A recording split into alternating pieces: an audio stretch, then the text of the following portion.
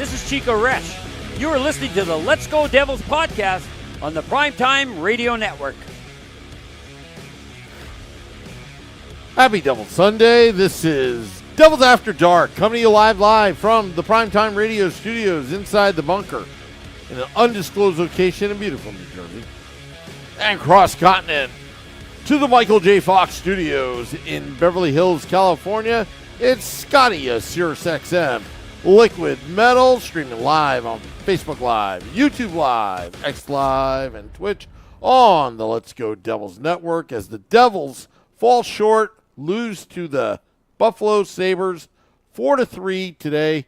The matinee action in that dump called Buffalo, New York. Ugh. The only things that are good there are the wings. The wings. Okay. The wings. Okay. Well, yes. Hello, Sam Wu. Nice to see you again, and welcome everybody on this fantastical Saturday afternoon here. That we're talking, unfortunately, about a Devil's L. Womp, womp, womp.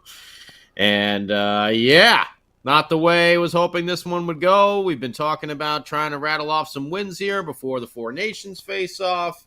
But the Devils just don't seem to be executing for that full 60 minutes still, as it plagues them again after a pretty rough first period. So let's talk about it here. Is that a pun? Pretty rough. I didn't even mean to. Yes. Because we are seeing our old friend Lindy Ruff, who we watched many games where a Lindy Ruff coached Devils blew leads late in the game. So we were hoping it was going to happen again, just with him now on the Sabres bench. But alas, it did not. He's still drinking the Ann Crew brew. That's good. Drinking it. Yeah, that's good. Yeah. And you can get yourself some Ann Crew brew with a new label, new can label there, Sam. Just we'll talk after the podcast. Oh, okay, all right, all right. Yeah. There's no label. I don't know what you're talking about. Okay, all right. Yeah, sorry, Scotty. Never mind. Just didn't send you the telegram.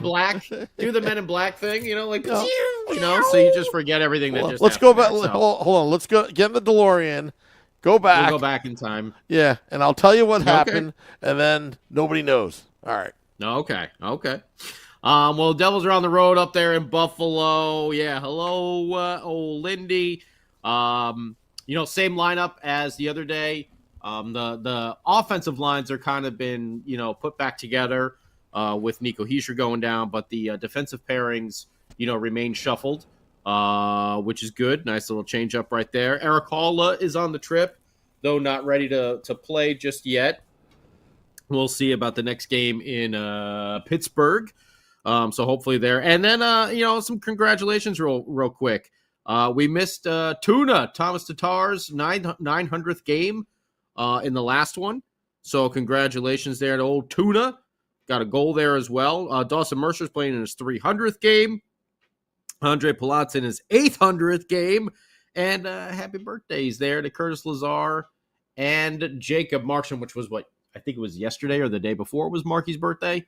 But obviously we did not have a game. So happy belated there to our goaltender extraordinaire, who we are hoping is on the mend and will be back between the pipes real soon. So let's talk about it. Get to the highlights of the game. First period. A true fourth line out there for the Devils today with Big Mac, Lazar, and Nate Bastian. And they got a good opportunity right off the bat. It was Big Mac parked in front of the net. Bastian trying to do a centering pass there. He got a good opportunity, but Luukkonen came up big and stopped that one. Dawson Mercer was defended by a broken stick in the first period. He loses the puck in the zone because of a broken stick. And then Jake the Snake came up with a number of big saves. The Buffalo Sabres had 10 shots in the first 10 minutes of the first period. And that's, again, talk about these Devils coming out flat. and chasing the game after that.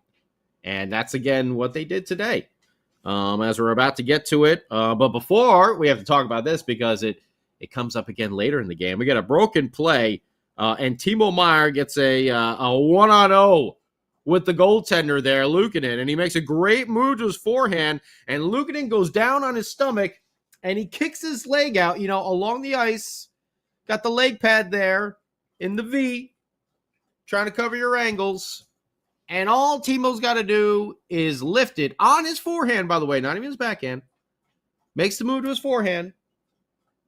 All he's got to do is lift it over the pad, and he shoots it directly into the leg pad of Luukkonen. I don't know. It was a wide open net.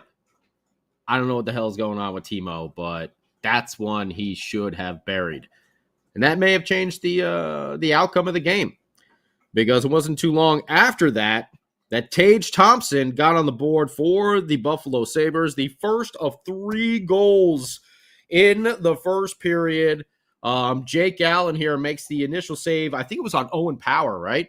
Owen Power takes a shot, and then the rebound takes this big, massive bounce, which was kind of a trend in the game. There were a lot of weird bounces with the puck today. But Owen Power takes a shot, okay? Jake Allen makes a save. It bounces past 3 different Devils. It was Brendan Dillon, Jesper Bratt, and I can't remember who. It might have been Siegenthaler, just in as the defensive pairings were trying to do a change there. It might have been, because I don't think it was Brett Pesce on this. I think it was Siegenthaler. Goes past 3 Devils and right to a driving Tage Thompson, which is what he should be doing, is driving the net at that point. And he puts it home down low past Jake Allen. Kind of a lucky puck bounce there, but hey, the puck luck, sometimes that's how it goes. Past 3 Devils. That rebound went past 3 different Devils. Either way, Thompson is 26 from Power, and Byram at 8-11 of the first period. The Devils get a power play after that. So a couple of good chances, some nice passing. They kept the Sabres pinned in the zone the entire time, but they can't put one past Luukkonen. And then Buffalo scores again, and it is Tage Thompson making it happen one more time to put them up 2-0. There's a loose puck in the zone, and Jesper Bratt is going back, okay? He's chugging back to gather up this puck, and Tage Thompson, all 9'2" Tage Thompson, he's actually 6'6", but he just looks like a monster out there on the ice with his long reach and stick, just kind of whoop, lifts Jesper Bratt's stick, gathers in the puck, and then his shot is stopped by Jake Allen, but Peterka is there to pounce on the rebound. I mean, it was a hell of a play there by Tage Thompson to use that reach, because Jesper Bratt was not expecting that at all as he was going back to gather that loose puck in the defensive zone. So, damn it to hell. Sabres are up at 2-0 at 15:50 of the first period. And they're not done there, because they get a shorthanded goal. Yes, there were actually 2 shorties today. A shorthanded goal at 19:31. The double dose of kick me in the nuts. You let a goal up within the last minute of the period, and it's a shorthanded goal as well. Oh, man. Breakaway after Dougie can't keep it in the zone at the blue line. McLeod makes a move to his backhand and slides it through the 5-hole on Jake Allen, who gets a piece of it. You can see the puck kind of ping-ponged in between his legs and shot out. It almost had a chance to maybe... Nah, it was going in. But it was close to the post over there. Either way, bad period by the Devils. They get nothing going there in that power play on both power. Well, the first power play had some opportunities, but giving up the shorty, giving up it late in the period. The Timo Meier stop where he just couldn't get it over the leg of Luukkonen. I mean, not a good showing in the first 20 for these New Jersey Devils. Now, Buffalo is usually pretty good in the first period. They have like a plus 20, I think, goal differential in the first period. However, in the second and third, I think they're like minus 30 something. So, okay, maybe the Devils can make something happen here in the second period. And you know what? They do. They get on the board at 4:38 with Paul Cotter. And here's another one that was some wild bounce. It was some weird, wild stuff, Johnny Carson style. I believe it was Dowling or Hamilton? I don't know who took the shot. I can't remember. But there's a shot that goes over the goal and hits off the back glass and then bounces back into play. Like I said, the bounces were crazy today on that ice. And then you get a mad scramble in front with players whacking and smacking at the puck. And there is a moment where it looks like the puck is on the goal line. Okay. And that comes after a Paul Cotter swack. I'm combining smack and whack there and making it a schmack or schwack. I don't even know what the hell I said. Doesn't matter. Owen Power tries to clear the puck as it's dangling there on the goal line. And our old friend, look who was doing the officiating today. Justin Key. Old Justin reversed the calls on the Devils. Key doing the officiating. No surprise, he immediately waves this goal off. Okay. And then you go back and you look. And you can see, now he probably made the right call there. I think this was pretty insanely hard to see on the initial whatchamacallit, play. But you go back and you start looking at the replay, and the puck is literally teetering on the goal line, waffling around, wobble, wobble, wobble, wobble, wobble, wobble. And it's only when the puck turns up on its edge does it actually officially cross the goal line. This might be like, I don't know, like it's got to hold like some sort of record, because it was literally like, I can't even make the small amount with my fingers without them touching the amount of white that was in between that puck and the red line. And you had to zoom in from the above camera to see it. And it's literally for like a fraction of a second, because the puck was weeble wobbling. And it's only when it goes whoop on its edge for just a second does it officially cross over the entire goal line. We'll have to ask our resident statistician, Max, if that sets some kind of record for the, least amount of space officially over the goal line. But Justin Key does not get his wishes as Toronto calls down to replay it, and they tell him, sorry, buddy, you do actually have to award the Devils a goal there. You can't take this one away from them. Yes! The Devils get one back from the officiating crew after a entire season here of missed calls. They get one right, and Paul Cotter gets his 11th coming from Dowling. And, wow. I didn't even realize this. My bad. I know, I'm sorry. I didn't realize. Is it okay? It's okay? We can do this. We're going to do, okay. I just wanted to check. I jumped the gun over here, and I didn't realize that we need to go to the Let's Go Devils podcast studios for a game update, a Devils After Dark game update with the king of the football calls himself, Sam by God. Woo! Scotty, check your texts. Oh, did you send me a text message? I guess Sam is not doing the football call then. It's a loss. Oh, it's a loss. Oh, okay. My bad. You're right. It felt like they won if you didn't watch the first period, but I understand. Okay. All right. Yeah. Fair enough. You're right. Okay. Yeah. All right. I'm off my game today, which is, just playing like the Devils. That's all. All right. Never mind. Dougie Hamilton got the assist on that Paul Cotter goal. Hamilton actually might have been the one who shot it and it went over the net. that could be what happened. And Dowling maybe got a hit on it, and then Cotter smacked it in. Yes, Max. We'll just say Sam has a UTI. All right, Pollock. I made a mistake. I forgot. I made a mistake. All right. No football calls for losses. Yeah, why are you blaming me for the football call? No, they're blaming me. They're blaming me. They're blaming me. We don't do it for losses. Otherwise, I know. I know. Sorry. It's my mistake. If you want me to do one, it's going to be no. Okay. It's okay. All right. That was my mistake. I forgot. Yeah, I just saw Dougie. I got a little, little brain fart action going on there. Yeah, AJ Visco. No win, no woo. That's all. No win. Spoken like a true lawyer right there.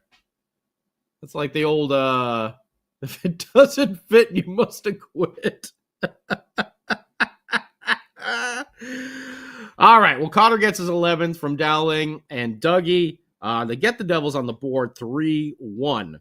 And then right after that, Jack and Jesper had a 2-on-1 breakaway that Jack shoots for the far side. Oh, no, I'm sorry. It was Jack and Paul Cotter at that point. Jack and Jesper got 2-on-1 on the penalty kill coming up. But Jack shot there. That was a 2-on-1 with Cotter, and he hits that patented Jack Hughes far side shot, and he ends up hitting the post. Damn it to hell. Devils, PK going on, and Jake the Snake made about 5 or 6 massive saves as the Sabres keep the Devils pinned in the entire penalty. The Devils did not get to make one line change during this PK. It was only after Dougie Hamilton came out of the box that to clear the puck and finally get some guys changed up over there, The Devils get a power play after that, lasts about 30 seconds because Stefan Nason took a holding call. So you get a 4-on-4, and then the Sabres put themselves up by 3 one more time, and it is, who is it? Oh, this was the one Thompson shot, right? It was Jason Zucker, that's right. So, yeah, Tage Thompson comes in, who was a hell of a player, by the way. Why couldn't Tice develop this way? But either way. Thompson rings one off the crossbar, and Kovacevic hits it with his glove. That's right. Another crazy bounce today. Kovacevic hits it with his glove, and the puck bounces just out of his extended reach with his stick, and it goes to Dahlin, right? And then Thompson, when he does, like a pro, because he took that shot, he kind of circles back around and he starts driving the net again. So Dahlin gathers it. He feeds Thompson, who's now, driving towards the net with momentum. And when Tage Thompson is coming in on you as a goaltender, that's someone you need to focus on. So he gets Allen to bite, and Jake commits to Tage Thompson, who just, very easily slides it across on his forehand to Zucker, who's there for the easy tap-in goal, 4-1 Buffalo Sabres. That's at 17:25 of the second period. And then Timo Meier gets another opportunity right in front. This time, Dawson Mercer has a shot from the center slot that gets stopped by Luukkonen. Timo gets it, and he makes a move, this time to his backhand. Remember, the first one was he makes a move to the forehand, and instead of shooting it up, he shoots it right into the leg of Luukkonen. This time he goes to his backhand, and this time I will say Luukkonen had his angles played a little bit more.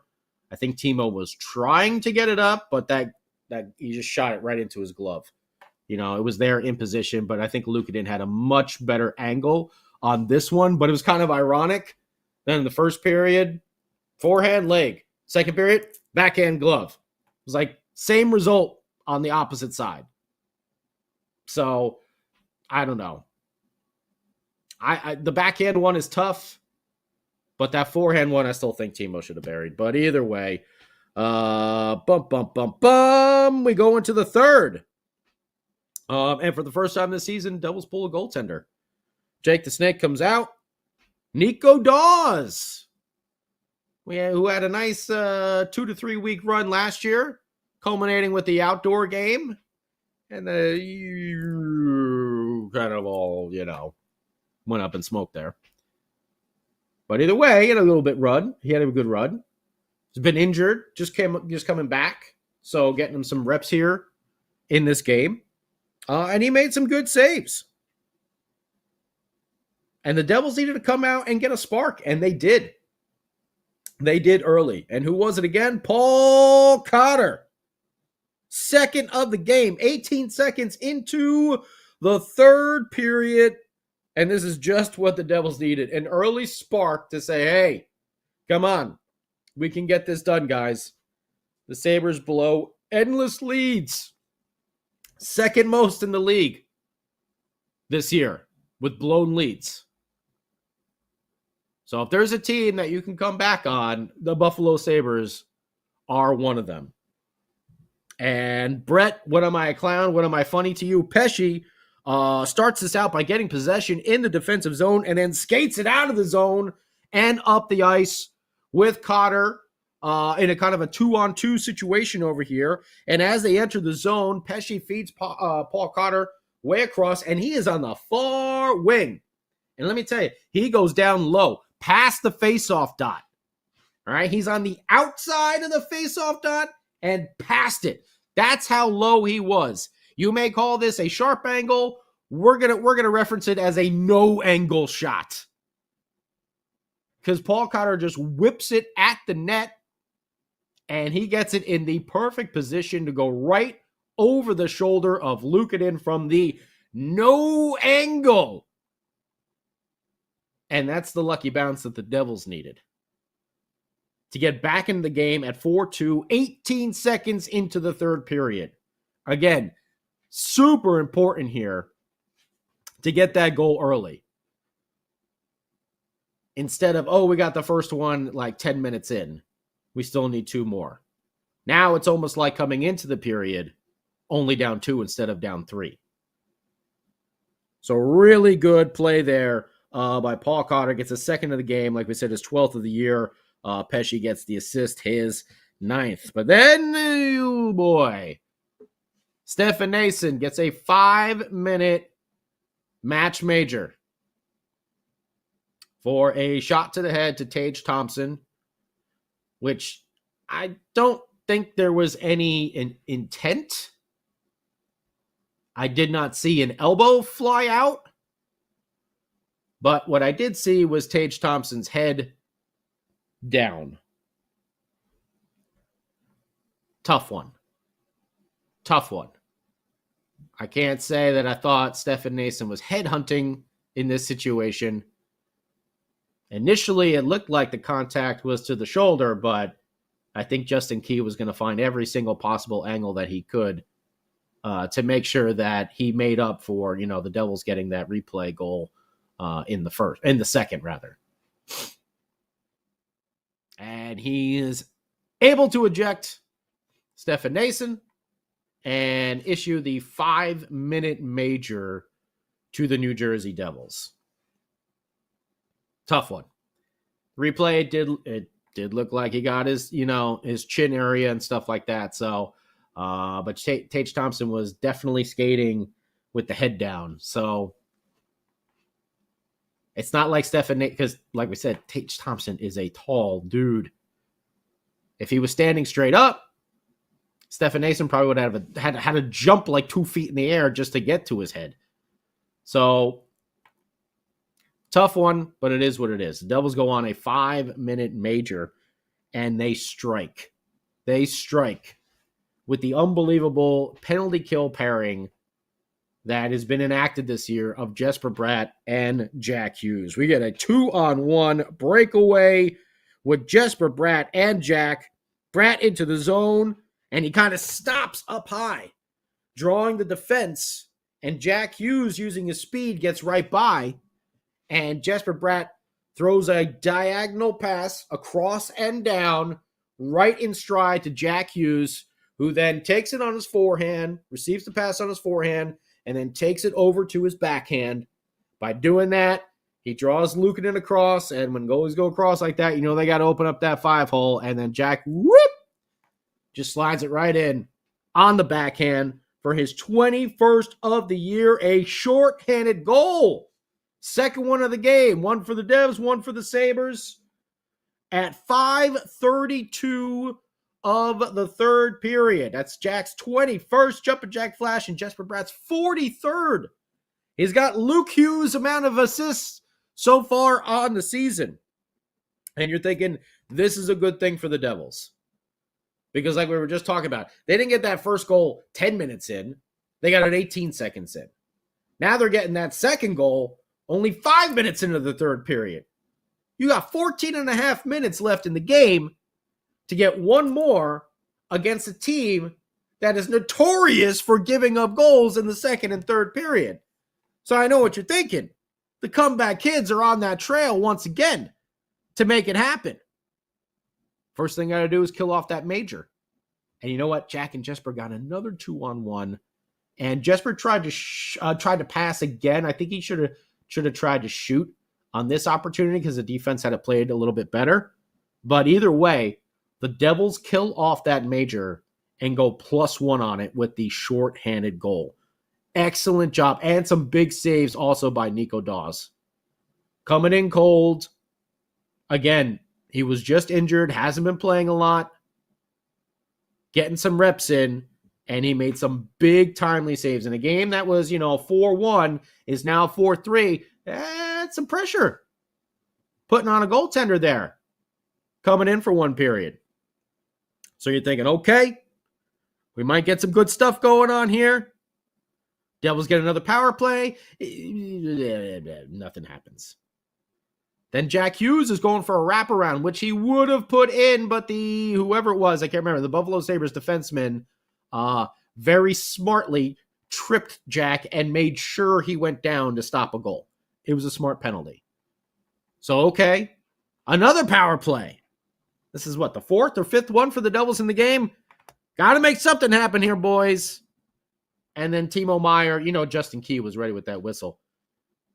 Takes kind of a weak interference call. Technically, it can be seen as a pick, but I think this was just an unintentional collision as both players were looking back at the puck and skated into each other, and Justin Key was ready for that interference call, no matter what, to negate the Devils' power play. And that's the way the game ended. Devils pull Nico Daws. They try to get some opportunities, but all for naught. Devils had 14 minutes and 28 seconds to score that last goal with 2 power plays, and they don't get it done against one of the worst defensive teams there in the Buffalo Sabres. So shots on goal for the Devils, 8-9-7 for a total of 24. Sabres 12-15-7 for a total of 34. Who's missing Nico Hischier? Because, oh boy, was it evident today. The Sabres won 27 faceoffs to the Devils 17. Ugh. Those special teams faceoffs, Nico is a master at them. Whether it's the PP or the PK, he's usually out there taking them. And these past couple games without Nico, it is evident. And Eric Halla as well, who hopefully will, be back joining the team soon. But without those guys down the center, it's a glaring hole. Jack is improving, but he's just not there. Dawson Mercer, Lazar's going to win some, but Lazar is not. I don't feel like is in that category of a Nico Hischier. And when it's the end of the game and it's a 6-on-5, you got Nason who's been ejected, and you got to have Curtis out there instead of. And there's no knock to Curtis, but obviously the offensive prowess of Nico Hischier, is a little bit, better than what Curtis. And Curtis brings what he brings. And I'm not knocking him at all. Okay, but obviously we know there's a difference between those two players, from a 1C to a 4C. That's obvious. So really, really missing Nico Hischier. Love seeing the 35 hits, though, for the Devils. Only 12 block shots. The Sabres at 20. Only 9 giveaways. Hey! Not in the double digits. But still a tough loss, again, with these few games that, we were really hoping to see the Devils.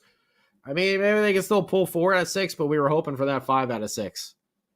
And if they do 4 out of 6, it will be the ever-elusive 4-game winning streak. So will they make that happen? I don't know. Let's bring in the king of the football calls, but not today. Sam By God Woo, to hear what he has to say. And let's see what everyone's chatting about.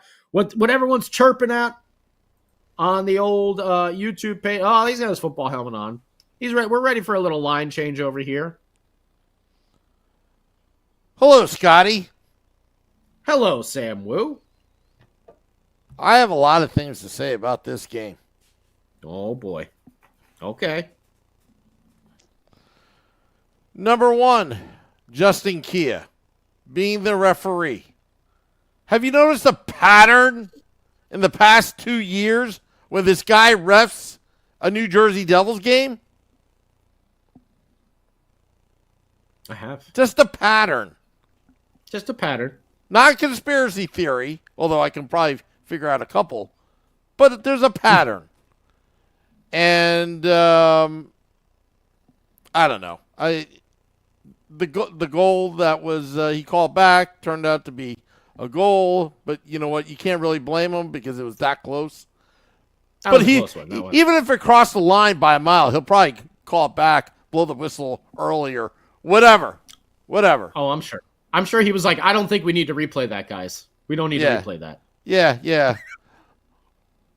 Or he'll cut the cord from Toronto to the booth. Be like, I can't hear you. Oh, I guess I'll have to make the decision then. All right, so I said this on Game Day Live, okay? Mm-hmm. Little worried because Buffalo, they were, I think they had the game the day before. So they were kind of like already playing. The Devils, they haven't played since Wednesday, right? A little rusty, maybe. Little rusty. The first period I was worried about. They didn't capitalize on their chances early. The Buffalo Sabres did. They took a 3-0 lead. There you go. The game was ended right there, really. But with a Lindy Ruff team, as you know, there's still a chance. But then I remember when I was telling you about distractions after that 5-0 victory, but in years past I talked to you about distractions. Did the Devils have this annual charity event called Sweep the Deck Gala in between then? Didn't they? I think they did. Right? Okay. I think they did, right? And can we do this in the off season? Do this curling, all this stuff? Because it seems like anytime the team does some kind of fan event or whatever during the season, they always seem to lose. And I got a quote here from that event. Sweep the Deck is one of the most unique, amazing events in all sports, said Allison Blitzer, chair of the Devils Youth Foundation. We get all our players to be here, and they are so genuinely excited to partake in something that's so important to the community, which is great. But you got to win the next day, the next game. They always lose. And I think it's all these distractions, Scotty. And this is why you lose to the Buffalo Sabres, a bottom-dwelling catfish team that sucks. It also says in this press release, it's a night for everybody to relax and enjoy. It's about feeling positive, and that's the really important message. Yeah, but that's really nice, but the team loses every time you do these freaking events. Autograph signings, all that. Stop it. I want to win. This is a game they should have won. And because of this, and I'm not it's not about the charity. They do good work. The Devils Youth Foundation. It's not about that. It's just this team can't focus and then be consistent. So you win 5-0 over the Philadelphia Flyers, feeling good about yourself, and then you forgot to play hockey and execute, and then you're down 3-0 to the Buffalo Sabres. You try to make a comeback, you fall short, but that's what happens when you just take some – you're not playing 60 minutes. And I called it in Game Day Live when we were doing our predictions. I said 4-3 Devils, but, I was worried about that first period. I was worried that they'll be a little rusty. Buffalo's going to come out with maybe a little motivation. And they lost it. They lost it in the first period. They could have come back, but you know what? Here's another problem. It's kind of a happy problem, but it's not. This tells you how valuable Nico Hischier is. Mm-hmm. How valuable his two-way game is. We compare him to that 2017 NHL draft, Kel McCarr, Mika Heiskanen, you can add in Nolan Patrick, Pedersen, whatever. His two-way game is so important because he's going against the league's best, and he's now an offensive threat. Could be a 40-goal scorer this season. Not likely, but could be. He's in the conversation. More likely a 30-goal scorer, yeah. Yeah. He's got 24. They missed him tonight or today. They missed him. He is the team's MVP this season, aside from Jacob Markstrom as well. Yeah. They're the two missing best players both on the team. players. Yeah. They're missing both players. Their Vezina and their Hart. But still no excuse to lose to the Buffalo Sabres. None. Agreed. None. You have enough firepower, enough experience, enough talent, but not enough focus to win this game. And now you got to reset. You got to play Pittsburgh on Tuesday on the road. That's not going to be easy because you're on the road. Anything that, I don't know. I know Pittsburgh's not doing very well this year. Looks like it's maybe imploding. I don't know. But if you can't beat the Buffalo Sabres, you're not going to beat the Pittsburgh Penguins if you come out like that. And Sheldon Keefe needs to really give them a good kick in the ass because that was you were well rested, but you were not focused. That first period, you gotta bury them. You gotta bury every single chance. And Buffalo took advantage. Again, I don't know how you feel. Well, actually, you did. I do know how you feel, but with Nason, what I would tell him is just keep playing your game. Yeah, just keep playing your game. You got 3 more games to the Four Nations. Is it 3 or 4? 3 more games. Yeah, 3 more games. You got Tuesday, Thursday, and then Saturday. You got 3 more games. You got to finish strong, but you got a lot of work to do. Even if you win the next 3 games, you still have a lot of work to do in that 2-week layoff because you're going to have some players going out playing, but that's the time, the real time to get it together. Take some time off, but get it together. But, honestly, Scotty, I'm very disappointed that they lost tonight. Timo Meier, I think, will come out of that break on fire. Okay. Timo Meier on fire. Sounds kind of rhymes. He's going to fuel up, you might say. I think so. I think so. I hope so. I know. Again, I'm not worried about Timo Meyer.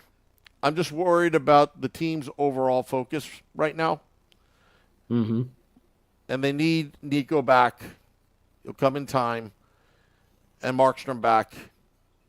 But that's really pathetic. You can't beat the Buffalo Sabres. Agreed. Easy 2 points. It wasn't easy. Easy tonight. 2 points. Lost. Yeah. Let's look at some of these chats over here. Stephen Angle and Pollock are calling for Brooke because they feel they need some therapy. Our resident therapist over there. Robert Isaacson. This loss reminds me of the play from the last 2 seasons. Go down 3 or 4-0, and then scramble to get back into it. It's clear this team lacks leadership. Well, the leader's not there right now. So look what happens. Codex is hashtag bring back the Kachuk rumors. Nick Adams says he wouldn't mind if Dawson Mercer and Nemec get traded for Brady Kachuk. Codex as well. Stephen Angle agrees. Robert, I would not say Nico and Jack are. I think they are. Well, I think Nico is definitely capable of leading this team. But yeah. Really missing the captain right now, Johnny Danks. Please have a speedy recovery. That's absolutely right. Codex bottom 6 needs an upgrade too. We were talking about, Jake Evans and Brock Nelson and all those. Johnny Danks is done with Mercer and Bastian. I don't know if people are going to be clamoring for Nate Bastian on their team. Johnny, I don't know if that'll sweeten the deal to get it done there for Brady Kachuk, but maybe a Mercer and a Nemec and a pick or two might be in the ballpark, but I would think Ottawa would ask for even more. And Ottawa right now is, they've done well. I believe they're in the 3rd spot in the Atlantic. I have to look at the standings. So to make a Brady Kachuk deal right now would take a massive haul to get that done. As much as I would love to see him on the team. Oh, there we go. Thank you, Dubs. Okay, they're in 6th in the East, and a few points out of the wild card. Okay. Yeah, after the trade deadline, you never know. Oh no, yeah, Ottawa is in the Atlantic in number 3. Okay. Hamilton and Dillon, not good. Pesci looking slow. If we only had the cap space to trade for Quinn, well, you never know what's going to happen up there in Vancouver because it seems like everybody is unhappy, a la what was going on in Calgary a few seasons ago, where they had to unload so many of their star players like Matthew Tkachuk, Noah Hannafin, Tanev. Who else got moved around out of there? There was another really big name too. Goudreau? Someone. Goudreau. Yep. Or no. Huberdeau, right? Well, Huberdeau came. Or no, from he Florida. went. He went from Florida. All right, sorry, that was my mistake. Yeah. Yep. Max, Bratt, Hughes, and Palat -3 on the afternoon. Nason was a -2. Dub says Mr. $9 million has stone hands. Dino, yeah. Don't look now. We can't win 4 in a row.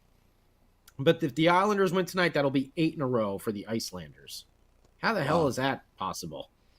8 in a row. Dub says Hamilton and Bratt were brutal today. Yeah, Jesper Bratt didn't have his strongest game. He seemed a little shaky out there. Robert Isaacson agrees. Stephen Angle, this team has a serious problem burying gimme goals. Yeah, I mean, like I said, that first one that Timo had in the first period, man, just put it over the leg pad.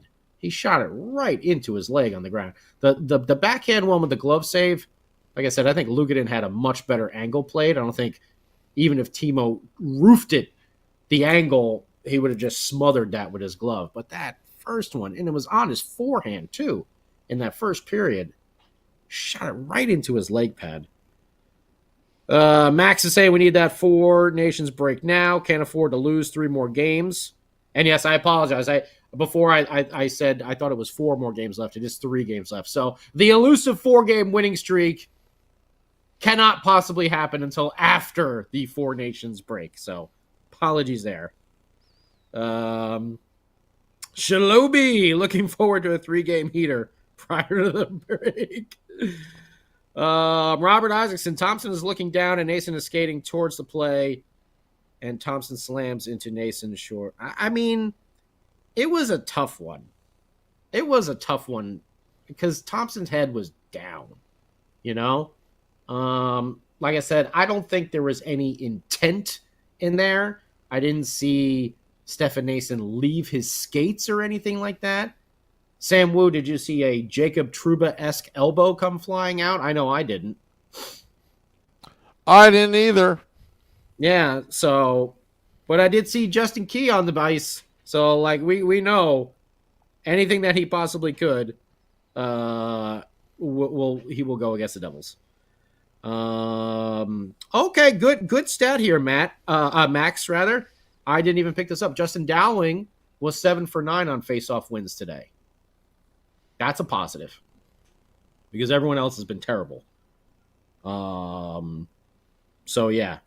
Selecta, what were they doing on the ice in the first period? Pollock wants to know, Samuel, what's our record after sweep the deck? It's probably 0-5.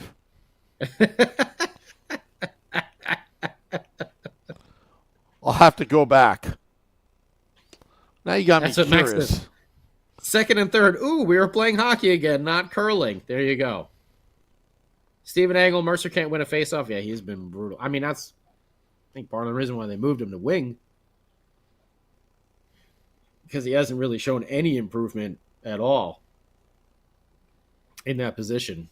But maybe Dowling needs to be out there to start taking some more of these, important draws. Especially the PK, that first draw in the defensive zone, or a power play, first draw in the offensive zone. Getting possession of that puck is huge. And I think Max, was talking about it too. There was no possession. Well, they had that one where they kept the Sabres pinned in, but after that, on the power play, those were 0 for 4 today on the power play. Max is saying February is Timo's time to cut loose. Okay, we'll see. Wimpy says Dougie is a liability at times, and today was one of those times. Okay. Brat was still sweeping the deck. Johnny Dank says that Keefe ripped the team in the post-game presser. Okay. All right, no, so I got some. If you remember last year, sweep the deck. Uh-huh. They beat Vegas 6-5. The next day they had sweep the deck. The next game they lost to Carolina 3-2, and Michael McLeod was arrested.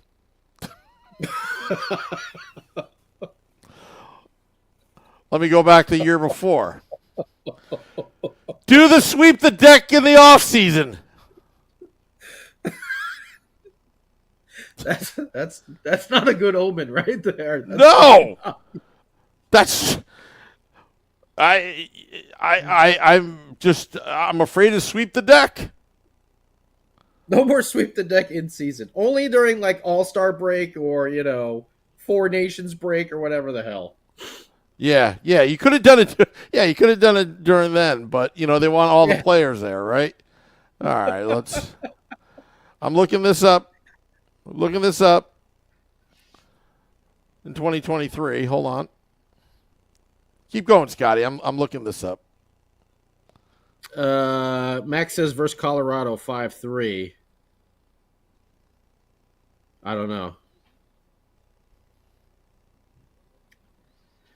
Dino, does Keefe regret coming here? You see him getting angrier and angrier, which with each loss, gaining more weight and stress of flying back to Toronto every off day to be with his family, taking his toll. I mean, I think he's definitely getting frustrated.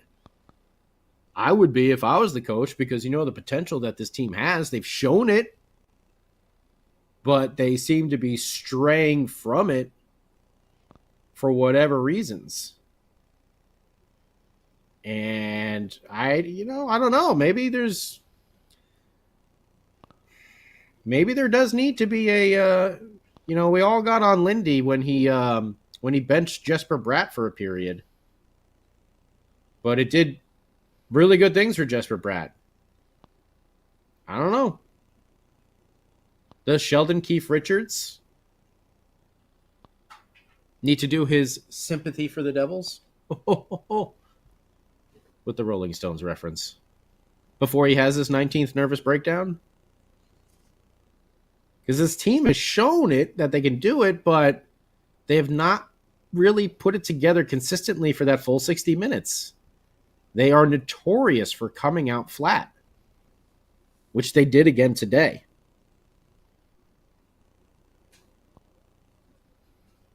AJ says trade Mercer, Palat, Bastion, and a first round for Brady and Jay Norris. I don't know. It might even take more than that.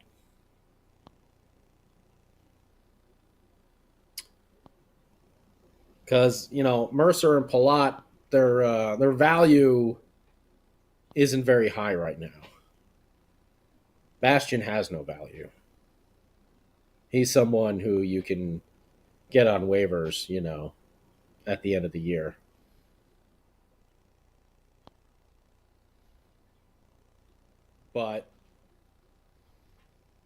And Palat's a big contract too.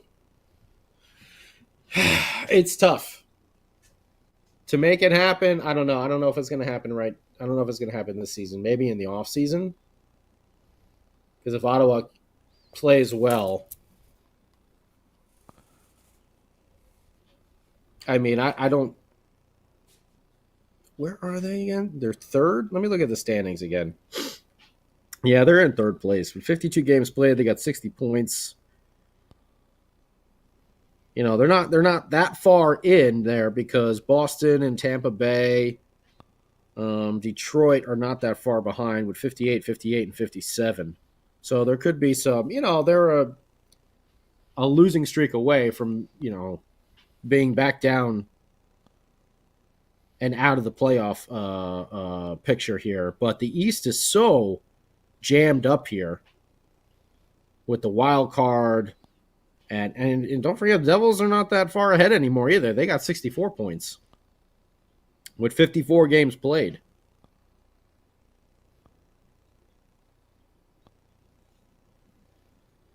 Although no one really... Columbus. So, yeah. With 2 games in hand, they're 5 points behind. Devils still yet to crack that 30-win barrier as well. But Carolina's now got 68 points. They got 1 game in hand. Washington, forget it. They're up by 11 here. With only 52 games played, they have 75 points on the season. How in the hell is Washington just destroying everybody? They've almost caught Winnipeg. What was Winnipeg, like 15-2 to start the season or something like that? Winnipeg has 77 points. The Caps now have 75. It's crazy, right? And the Caps have 2 games in hand. Winnipeg has 54 games played too, just like the Devils. Holy hell. Yeah, the Washington Capitals just went under the radar and it's just dominating. They really did. Yeah. No one saw that coming. I mean, after what happened in the playoffs where the Rangers basically, just swept them and just dominated. I don't know what got into them. Yeah, I don't know. But they got the third, or is this the third or the second lowest goals against? They got 129 goals against, and that is tops in the Eastern Conference. Let's see, in the West, Dallas has got 126, and the Kings 127. Man, that's crazy. That's some really good stat. I did not see that coming from the Washington Capitals. Because last year, yeah, we talked about it. It just looked like they got to the playoffs and it was like, okay, we get our playoff bonus. Now we can just go to sleep and get bounced in the first round and go and play golf for the summer. If you remember last season, it seemed like nobody wanted that last playoff spot. Yeah. Like nobody, and somehow the Washington Capitals wound up with it. But And Stephen Engel, I agree. The person that a lot of people are going to be calling on is Nemec. So I don't know what Fitzy's going to do. I think he definitely needs to do something, though. We've talked about a number of options, from Ryan O'Reilly to Jake Evans to Brock Nelson. Thanks, sweet Ozzy. No JT Miller. He can drive a huge wedge again through the Rangers clubhouse. Go for it, JT. Have fun. Oh, James, we got a super chat. Woo! I mean, this team seems to be kind of floundering. They're not getting better. They haven't been able to put together that 4-game win streak. yeah, So the consistency hasn't been there. And as Sam mentioned, and I know I've mentioned before, their two best players are out injured right now, and that's Markstrom and Nico Hischier. Getting them back will improve the team, but a returning Eric Halla, when he comes back, great, but Halla wasn't really like lighting up anything this year. He was having a pretty down year himself. to answer his question, I wouldn't say a major shakeup. Definitely not an overhaul. They just need a spark. They need that. They need to make a trade for that one player, and it doesn't have to be a blockbuster, but that one player that makes everybody go. Who that player is, I don't know. I think it should come from the offense. I think they need a bottom 6 centerman. And, right now you can't rely on Halla. He's out. But, again, in terms of blockbusters, if you're going to do it right. Go after the Quinn Hughes or Brady Kachuks. And I'm not talking them specifically, but those type of impact players. But they come at a premium. They definitely come at a premium. So, I honestly think right now, even if you leave the Devils as is, they'll get in the playoffs. If they're going to go far, a lot of things have to happen.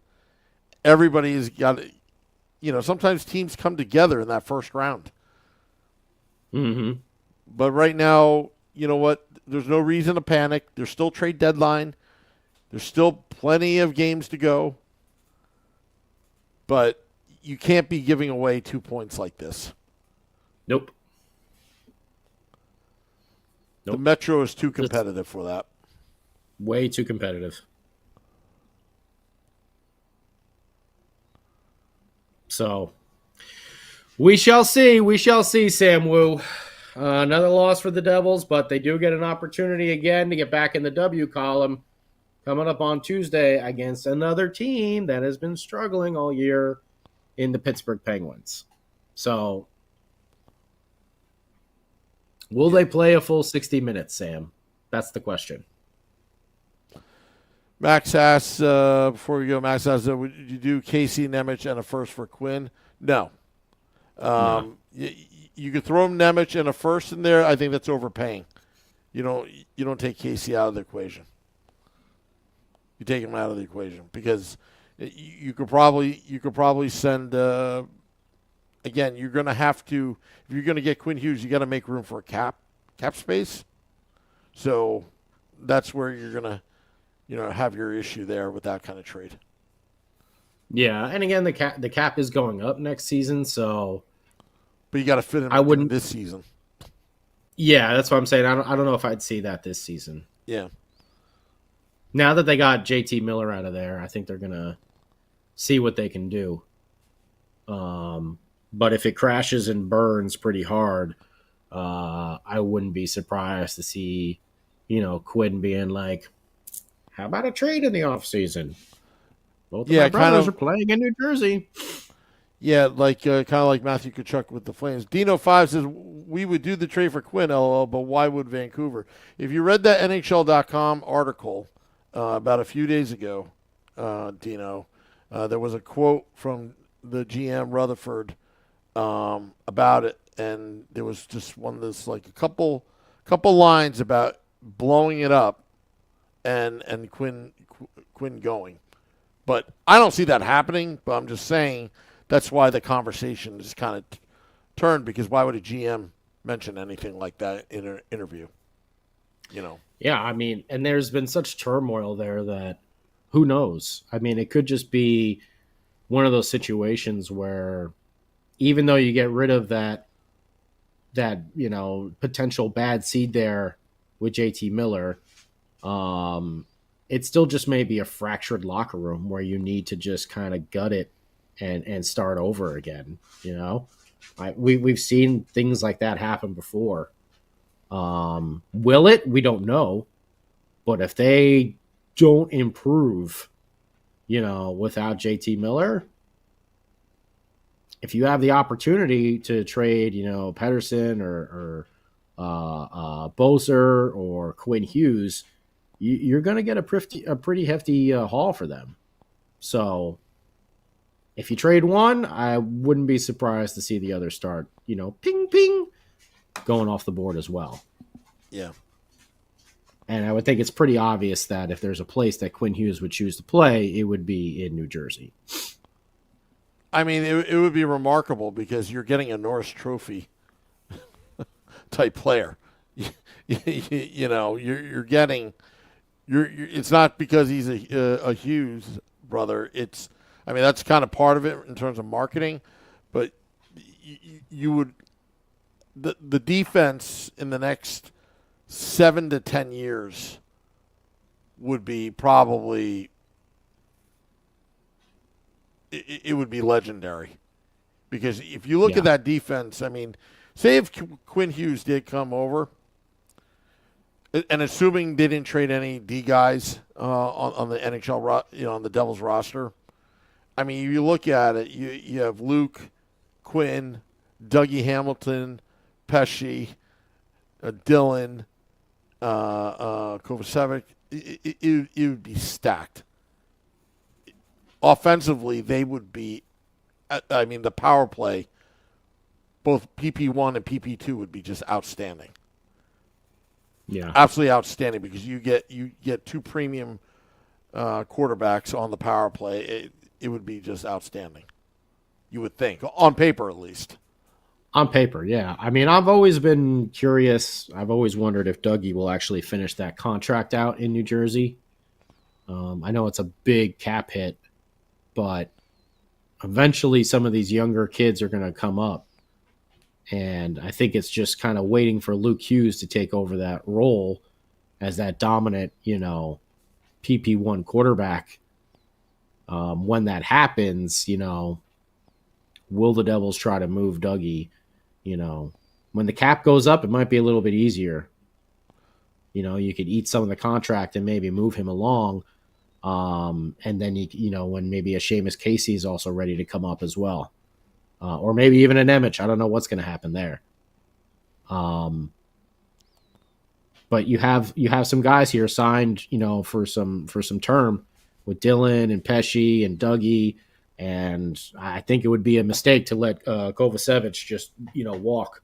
The rumors that we've been hearing about they're trying to sign him to a long-term deal, I think would be a very, very smart move for this team. Agreed. As much as you want a ton of offense, on that blue line, you still need to have a balanced team as well. Yeah. And you need to have those big guys. Definitely do. Yeah. But I've always wondered if Dougie was ever going to actually finish that contract out in New Jersey.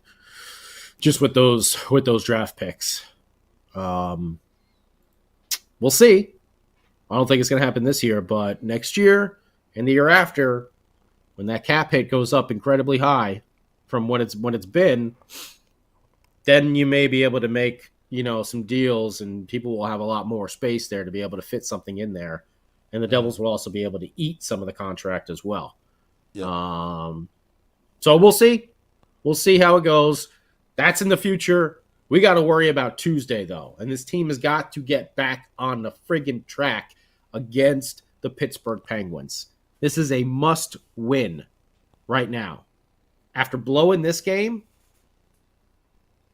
this Pittsburgh game is a must-win. Definitely. We should be over 500 in these last 6 before the break. And right now we are 1-2. So let's friggin' go, boys. Let's be ready to play. Let's come out hard. Because I think they got Vegas as well coming to town, right? Later in the week. Is that Thursday or is it Saturday? Saturday is Montreal. Saturday is Montreal. I thought it was Ottawa. Is it Ottawa, or am I getting mistaken? No, it is Vegas on Thursday. It's Pittsburgh, Vegas, then Montreal. Okay. So, that Vegas game obviously is going to be the toughest one of the bunch, but you cannot take Pittsburgh and Montreal lightly, because look at just what happened to you against the Buffalo Sabres, against our old coach, who we know exactly how he's going to play.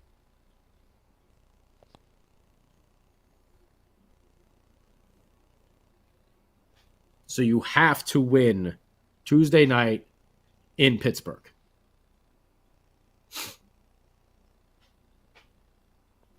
And that's just how I feel. So Either way, we'll be around to talk about it. Game Day Live with Vinny Parisi, Shorts Guy, Sam Wu, and of course Devils After Dark. Afterwards, we'll be talking about hopefully a Devils W, over those Pittsburgh Penguins, because they need it. They need it. And I'm actually pretty excited to go and listen to Sheldon Keefe Richards' post-game comments to see what he said. Absolutely. I want to thank all those tuning in, dropping the podcast in about 20 minutes. We got the big show, the Let's Go Devils podcast Sunday edition at 9 p.m. Eastern tonight. Hope to see you there. And also the Woo Report on Monday. One side note, we will be at Wayne's Ale House February 15th between 1 to 3 p.m. for the Brian Rafalski autograph signing. So we'll be there. Again, Wayne Ale House in Wayne, New Jersey. Got to go. Till next time, let's go Devils.